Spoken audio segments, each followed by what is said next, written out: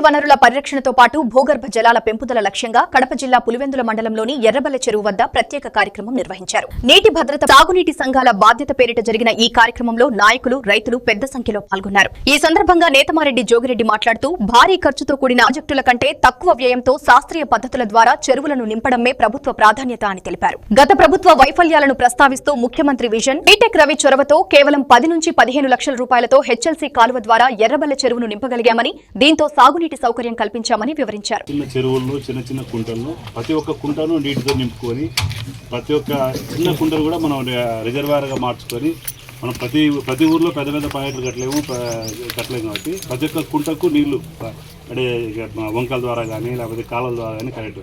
ఒక చిన్న ఎగ్జాంపుల్ మనకు ఇదే ఎర్రబెల్ల చెరువుకు ఇదే గత ప్రభుత్వంలో 1000 కోట్లు పెట్టి ఏదో పెద్ద స్కీమ్ పెట్టి చేయాలని ఏదో ప్రయత్నం చేసినారు. అది కాలే.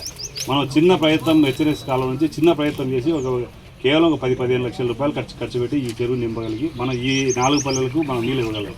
అదేవిధంగా ఈ అదేవిధంగా ప్రతి ఊర్లో ప్రతి ఒక్క చెరువును ప్రతి ఒక్క కుంటను నీళ్లు నింపడం ముఖ్య ఉద్దేశంగా ఈ ప్రోగ్రాం స్టార్ట్ చేశారు. మనం అందరం కష్టపడి మనం గవర్నమెంట్ ఇచ్చే నిధులతోనూ మన సొంత నిధులతోనూ అందరం కష్టపడి మనం ప్రతి చెరువు కుంట నింపుకొని మన పంటలు కాపాడుకోవాలని కోరుకుంటూ చదువుతాం.